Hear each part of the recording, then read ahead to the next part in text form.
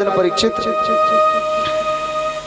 बड़े सुंदर प्रकार से भगवान श्री कृष्ण ने गोवर्धन जी का पूजन कराया। मैया, जैसे ही भगवान श्री कृष्ण ने गोवर्धन जी का पूजन कराया ना, तो इधर तो ब्रजवासी सभी मिलकर के भगवान श्री कृष्ण के साथ गोवर्धन जी का पूजन कर रहे थे, और उधर जो नारद जी थे ना, नारद जी नारायण नारायण करते कहाँ पहुंचे? इंद्र के पास। इंद्र के पास जाकर के कहा, अरे इंद्र, आप यहाँ पर बैठे हो, आपको कुछ पता है या नहीं पता? इंद्र कहने लगा, नारद जी क्या बात है? नारद जी ने कहा कि हे इंद्र, जो ब्रजवासी प्रतिवर्ष तुम्हारा पूजन किया करते थे ना, उन्होंने आज तुम्हारा पूजन छोड़ करके गोवर्धन जी का पूजन किया है। प्यारे भक्तों,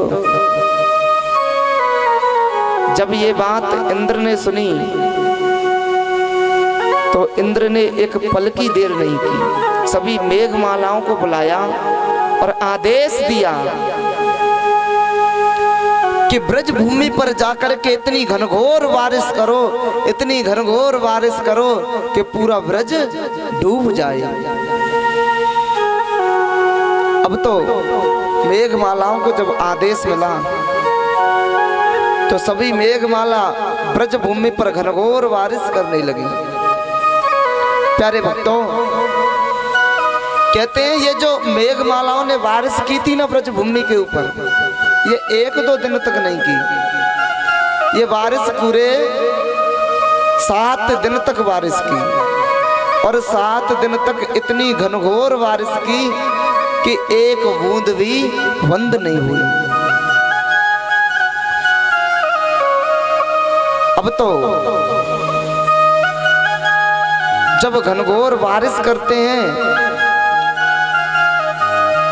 और जब 7 दिन व्यतीत हुए, सभी मेघमाला जाकर के इंद्र के पास पहुंची, तो इंद्र ने मेघमालाओं से कहा कि हे मेघमालाओं, जाकर के देखो तो अब तो ब्रज पानी में डूब गया होगा, जल में डूब गया होगा।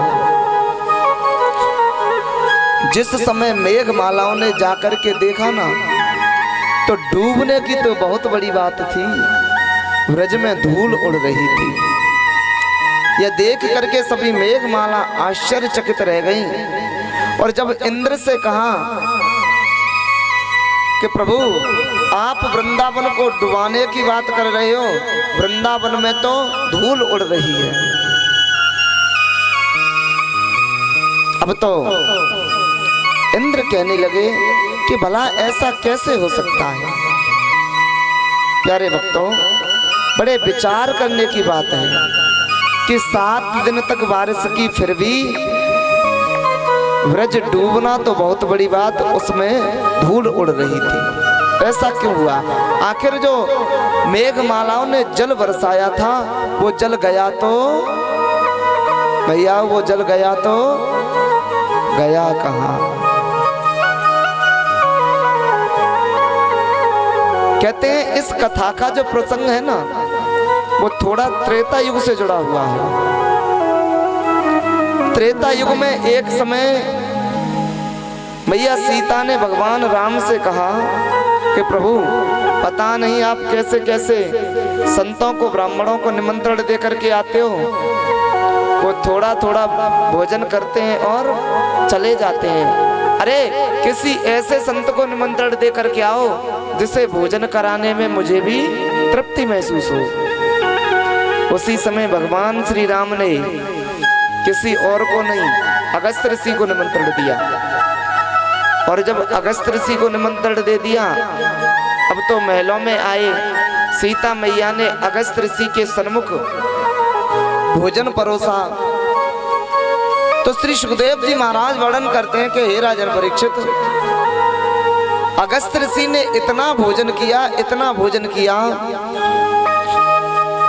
कि धीरे धीरे सीता जी का जो भोजन था ना, वो सारा समाप्त होने लगा।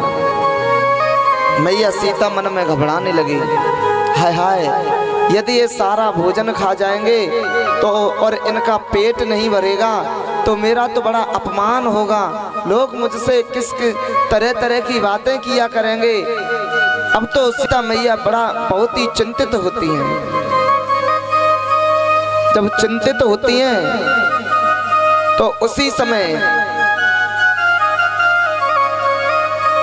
अगस्त ऋषि से सीता मैया कहने लगी, प्रभु कहा जाता है कि भोजन करते समय बीच में थोड़ा सा जल पी लेना चाहिए। अगस्त ऋषि कहने लगे, मैया बात तो सत्य है कि भोजन करते समय बीच में जल पी लेना चाहिए, किंतु मैया पहले बीज तो आवे तभी तो जल पिए, अभी तो हमारा बीज ही नहीं आया। मैया सीता जी कहने लगी, देखो इतनी देर से ये संत भोजन कर रहे हैं, मेरा सारा भोजन समाप्त होने को आया, लेकिन अभी तो इनका बीच ही नहीं आया। दौड़ती हुई भगवान श्री राम के पास गई, कहने लगी, प्रभु आप पता नहीं कैसे संत को निमंत्रण दे करके आए हो, अरे वो तो सारा भोजन समाप्त करने पर आ गए हैं, धीरे धीरे मेरा सारा भोजन समाप्त होने को है। प्रभु यदि आज ये संत भूखे रह गए तो मेरा बड़ा अपमान होगा। उसी समय मैया सीता का जो अहंकार था ना, वो भगवान श्री राम ने मिटाया। भगवान ने कहा, देवी ये 2 तुलसी के पात जो हैं जाकर के उन संतों को परोस देना। वो तुलसी के पत्ते जब अगस्त ऋषि को परोसे गए, जब उन्होंने अपने मुखमंडल में डाले तो उनका पेट भर जाता है। मैया सीता कहने लगी, प्रभु क्या कुछ और भोजन में लेके आए?